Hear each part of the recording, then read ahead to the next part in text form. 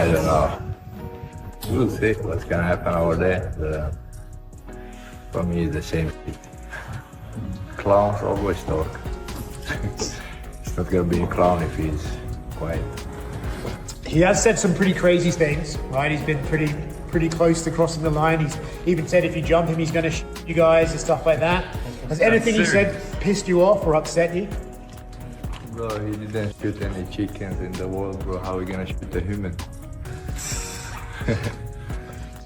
Are there any security concerns for you, like leading up to this? Have you talked to your team about, like, watching your back a little differently? I don't know. I don't think so. The guy wants a real war outside the cage, so if he wanted, he would be already. Few people enjoy the sport of combat, like actually studied and are fans, like Darren Till. I can relate. I'm a huge fan. Darren Till, though, weighed in on Chimaev versus Strickland. And Darren Till is very close with Chimaev. You remember they were training together and they were flying around the world, and they even did some shopping one day and shopping carts. And at any rate, but Darren Till also has a relationship with Sean Strickland where he knows them intimately, right? Where he's been in the room with nobody looking. He's felt Chimaev. He's been in the room with nobody looking. He's felt Strickland. The silence was... This entire situation is shaping up to be far more than just another fight.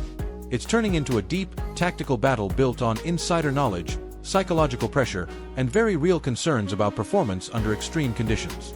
At the center of it all is Khamzat Chimaev, a fighter who has built his reputation as an unstoppable force, a relentless predator who overwhelms opponents from the very first second. But now, for the first time, cracks in that image are being openly discussed, and not by critics, but by people who have actually shared the gym with him. Darren Till, someone who has trained closely with both Chimaev and Sean Strickland, has offered a brutally honest breakdown that changes the narrative completely. Till isn't dismissing Chimaev's abilities. Far from it. He acknowledges that Khamzat may very well be the bigger, stronger, more explosive athlete. But that's not where fights are always decided. According to Till, Strickland presents a unique kind of problem. One that doesn't rely on flash or early dominance, but on durability, composure, and relentless pressure over time. What makes Hey, listen, this is a hard fight. And he was saying it as an advocate of Chimaev. He disclosed that right up front. He goes, I love this guy. But that doesn't change the fact that he's got a real obstacle in front of him in Sean. And then Darren broke down why. Darren said Sean Strickland is extremely hard to take down, but he's even harder to keep there. Said, I believe that Chimaev is going to come in the bigger, stronger animal, but it's got the potential to be a very hard fight, particularly, this is all Darren Till talking, particularly if Chimaev uses a lot of energy in the very first round. Strickland dangerous isn't just that he's hard to take down. It's that even when you do manage to bring him to the ground, keeping him there is a completely different challenge. For a fighter like Chimaev, whose entire system is built around early control, aggressive grappling, and breaking opponents quickly, this creates a serious strategic dilemma.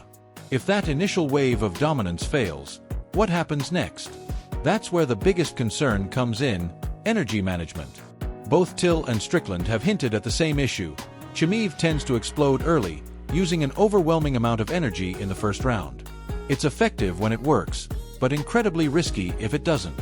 Against a fighter like Strickland, who thrives in long, drawn-out battles and maintains a steady pace for 5 rounds, this could become a critical weakness. Even Joe Rogan has emphasized how important gym insights are in understanding fighters. What happens behind closed doors, away from cameras and hype, is where the real truth lies. I love the perspective that Darren Till's coming from. I love that. I wanted to do this when Jake Paul was going to fight Mike Tyson.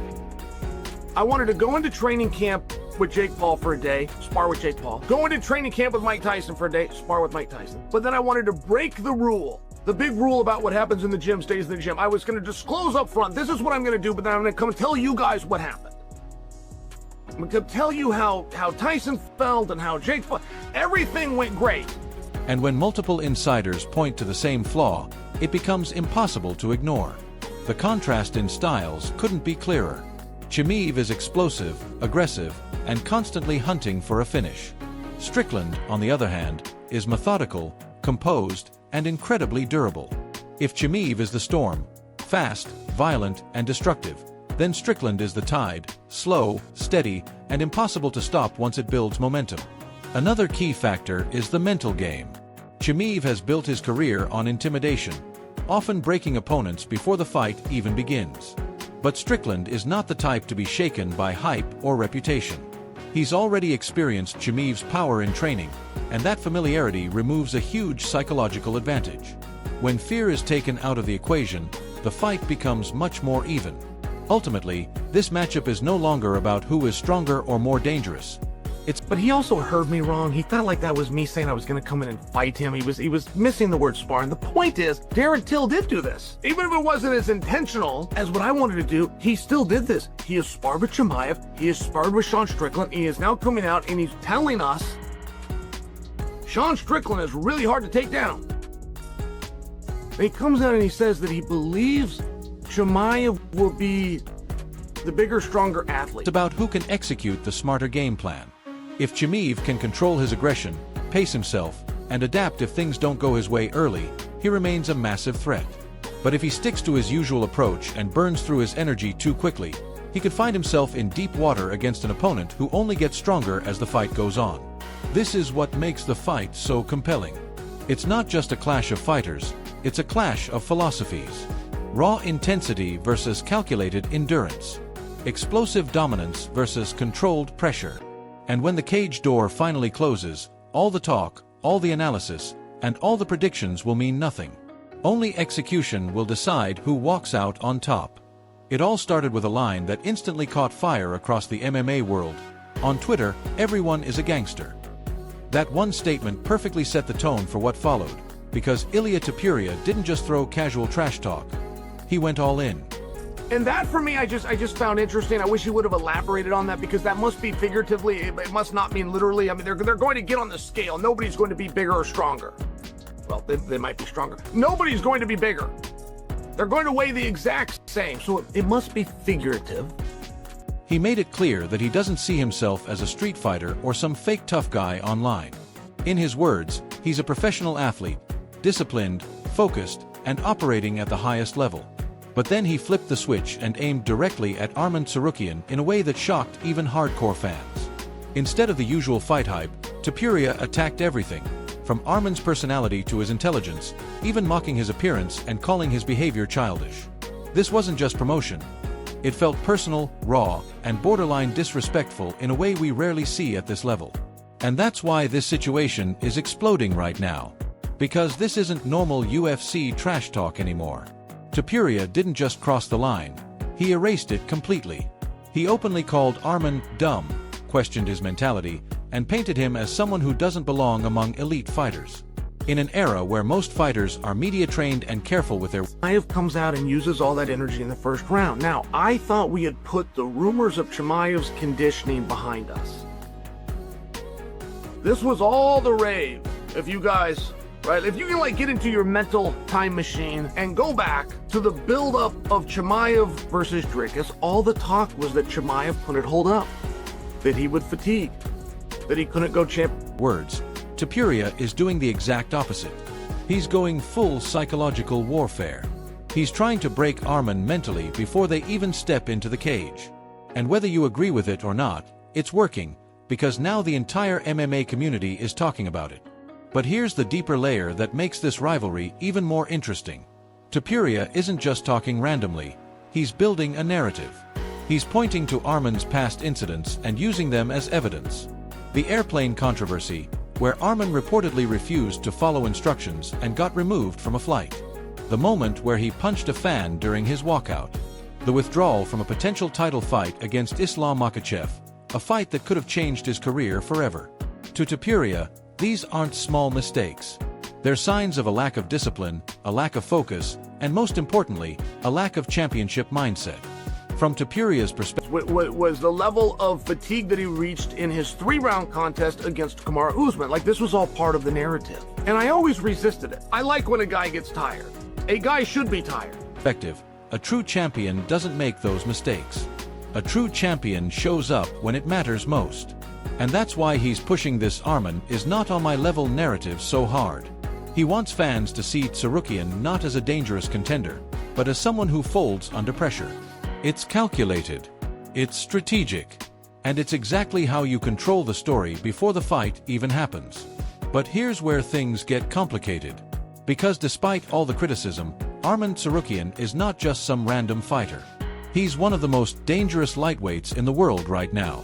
He pushed Makhachev to the limit in his debut, something very few fighters have done. Since then, he's gone on a dominant run, beating high-level opponents and proving that his wrestling, pace, and overall skill set are elite. He's evolved. He's improved. And right now, he's closer to... You see him after his last fight, he was so tired. If I'm a coach, if you go into a fight and you come out anything less than exhausted, I'm gonna have a real problem with that. And that's your job, is to use all your energy, but I'm just sharing with you, this was a talk to a title shot than ever before. That's what makes Topuria's comments so risky. Because if Arman backs it up inside the cage, all of this trash talk flips instantly. Everything Topuria said becomes motivation. Instead of breaking Arman mentally, it could push him to fight even harder. And in MMA, that's always dangerous. Stylistically, this potential matchup is fascinating. Topuria is one of the cleanest boxers in the sport today. His striking is precise, calculated, and powerful. He doesn't waste movement. He doesn't throw wild shots. Everything he does has purpose, and when he lands, fights end. We've already seen him knock out elite fighters and dominate top-level competition with confidence. On the other side, Arman brings... You had a very tired and exhausted Chimaev, who did not fight any different. He continued to come after you. I mean, this was Dan Gable 101. Dan Gable was the first athlete to ever weaponize pace, but Dan Gable would tell you, it's not the person that can get to exhaustion last. It's the person that can get to exhaustion first and stay there. People will reach exhaustion and then they will stop what they're doing. The champion will reach exhaustion. Relentless pressure, high-level wrestling, and a pace that can drown opponents. He doesn't need one big moment. He builds his dominance over time. If he can control Topuria, mix in takedowns, and drag the fight into deeper rounds, the dynamic completely changes. So the real question becomes simple. Can Topuria keep the fight standing? Because if he does, he likely has the advantage. His boxing, timing, and finishing ability give him a clear edge on the feet. But if Arman gets his wrestling going, controls positions, and forces Topuria into uncomfortable situations, this becomes a completely different fight. There's also a mental battle happening here that might be just as important as the physical one. Topuria is trying to get inside Arman's head. He wants him emotional, angry, rushed. And I only tell you that because I did feel that we saw that with Chimaev. I kind of thought the talk of get Chimaev tired and make a coward out of him was behind us. Because an emotional fighter makes mistakes. And against someone as sharp as Topuria, one mistake can end everything. But if Arman stays calm, sticks to his game plan, and ignores the noise, he becomes a serious problem. And then there's the bigger picture. Topuria isn't just thinking about Arman. He's looking beyond him, toward legacy fights, super fights, and even a potential clash with Islam Makhachev. He's already said he wants to do the unthinkable, submit Makhachev, something nobody has ever done. That tells you everything about his mindset. He's not here just to win fights. He's here to dominate the sport and build a legacy that puts him among the greatest.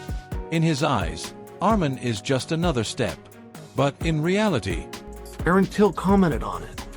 And that had my attention because Sean Strickland, who's also trained with Chimaev, made a somewhat similar comment. Sean Strickland said that Chimaev in the first round when they would spar, he would use so much energy that in the second round he would have to grab a lesser opponent. I'm interested in that. Arman might be the biggest obstacle yet. Because this isn't just a fight anymore. It's pride versus proof. Confidence versus consistency. Psychological warfare versus real skill. Topuria is playing chess, trying to control the narrative, control the pressure, and control the moment before it even arrives. But once that cage door closes, none of that matters. Because in the end, there's only one truth in MMA. You either prove it, or you get exposed. If there's one fight right now that has the entire MMA world genuinely confused, excited, and divided at the same time. It's Khamzat Chimaev versus Sean Strickland. Not because it's just a big fight, but because nobody truly knows what's going to happen when these two styles collide. On one side, we got three guys here between Chimaev, Strickland, and Darren Till that have all done what these guys are getting ready to go do. And two of the three have an opinion that Chimaev could fade. you have Chimaev, a wrecking machine, a fighter who has built his reputation by overwhelming opponents early, taking them down, and making them look like they don't belong in the cage. On the other side, you have Strickland, one of the most awkward, durable, and mentally unbreakable fighters in the division, a guy who doesn't fight like anyone else and somehow makes elite fighters look average. Strickland is a nightmare on the feet, but not in the way people usually expect. He's not explosive. He's not flashy. He doesn't rush for knockouts. Instead, he drags you into his world, a slow, suffocating pace where he chips away at you with his jab, controls distance with deep kicks, and forces you to fight at a rhythm that only he understands. It's frustrating, it's exhausting, and over time, it breaks fighters mentally. We saw— Like, I see you guys go, look at how tired he is against Kamaru Usman. I just don't care. I don't know what your point is. I got tired. I don't know what your point is. Unless he starts to lessen. Unless he's a guy that starts to fall apart. If he starts to crack or break mentally. If exhaustion and fatigue start to— saw that clearly in his performance against tough opponents where people expected him to struggle. But instead, he made them look completely outclassed. His defense is tight, his cardio is insane, and most importantly, he doesn't get tired. Now compare that to Chimaev's style. Khamzat is explosive, aggressive, and terrifying in the opening rounds. He shoots fast, he hits hard, and once he gets you down, it usually feels like the fight is already over. But here's the problem: we've never really seen him deal with someone like Strickland. Someone who doesn't panic. Someone who refuses to stay down. Someone who gets back up again and again, no matter how many times he's taken down. That's where this fight becomes dangerous for Chimaev. Because if Khamzat can't finish the fight early, everything changes. Strickland thrives in chaos that stretches over time. He's the kind of fighter who gets stronger as the fight goes on, while his opponent slowly breaks. If Chimaev spends all his energy chasing takedowns in the first round and Strickland keeps getting back up, that pressure starts to flip. Suddenly, it's not Chimaev controlling the fight. It's Strickland dragging him into deep waters where cardio, patience, and mental toughness matter more than explosiveness. Experts are already pointing out something interesting. Strickland doesn't actually need to change much to deal with Chimaev. His natural style already creates problems for wrestlers. His upright stance, constant hand fighting, and ability to defend without overcommitting make it incredibly hard to control him for long periods. Even in training, stories suggest that elite wrestlers struggle to hold him down. That's a huge red flag for someone like Chimaev, who relies heavily on control and dominance. But let's not pretend this is one-sided. Chimaev is still one of the most dangerous fighters in the sport. But I am satisfied that the phenomenon exists. I am satisfied that Darren Till and Sean Strickland— Even with all that statistical data supporting him, you cannot ignore the visceral experience, the subjective reality of the men who have actually been in there with him and felt it. Darren Till and Sean Strickland felt something in those sparring sessions that the cameras didn't catch and the data doesn't show. They felt a drop in power, a change in the grip strength, or a heavy breath that signaled a real window of opportunity to capitalize on. This is the power of behind-the-scenes truth, the value of insider knowledge. Even if the analytical side says Chimaev is fine and his cardio holds up, the subjective feel of two elite fighters says there is a vulnerability there to exploit. That sensory information, that lived experience, is often more accurate than any spreadsheet or highlight reel when it comes to predicting what will happen in a real fight. He's strong, he's fast, and he has knockout power along with his wrestling. If he sets up his shots properly, using feints, attacking the body, and forcing Strickland to drop his guard, he can absolutely find openings. Fighters like Alex Pereira have already shown that Strickland's defense can be broken with the right setup. If Chimaev fights smart instead of reckless, he has a real path to victory. The biggest factor in this fight might actually be the first round. Whoever controls that opening round could control the entire fight. If Chimaev dominates early, lands takedowns, and makes Strickland feel his power, it could break the rhythm before it even starts. But if Strickland survives, stays calm, and forces Chimaev into longer exchanges, the momentum could completely shift. There's also a mental side to this fight that people aren't talking about enough. Strickland is not a normal fighter psychologically.